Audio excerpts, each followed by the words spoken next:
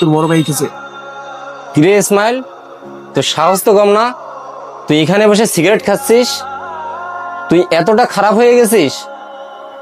হ্যাঁ, সিগারেট কি আমি আজকে থেকে খাই নাকি? আমি তো অনেক আগে থেকে খাই। আর তোমাকে দেখে কি আমি ভয় করি নাকি? কি তোর সাহস তো কম না?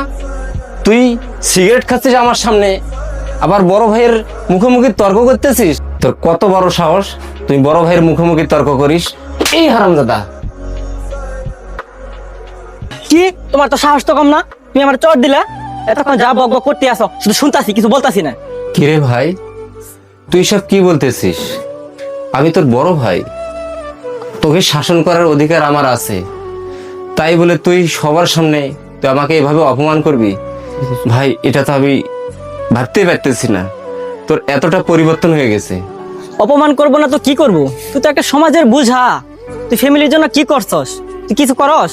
আর আমি চাকরি করি, আমি প্রতি মাসে মাসে ফ্যামিলির জন্য 30,000 টাকা করে দেই। আর তুই তো নিজে একটা বেকার, ফ্যামিলির জন্য কি করছস তুই? যেদিন তুই ইনকাম করতে পারবি সেদিন আমাকে জ্ঞান দিতে আসিস। আরে যা বেটা যা। আরে বন্ধু চল, মুডটাই খারাপ হয়ে গেল। ভাই, আপনি কি বেকার? জি ভাই, আমি বেকার। আসলে ভাই, বর্তমান আমাদের সমাজে বেকার মানুষের কোনো দাম নাই। যদি আপনার পকেটে টাকা না থাকে তাহলে আপনার জ্ঞান কেউ শুনবে না। এটাই হচ্ছে আমাদের সমাজের বাস্তবতা। কি বলবো ভাই, কিছু বলার নাই। থাক ভাই, কিছু মনে করেন না।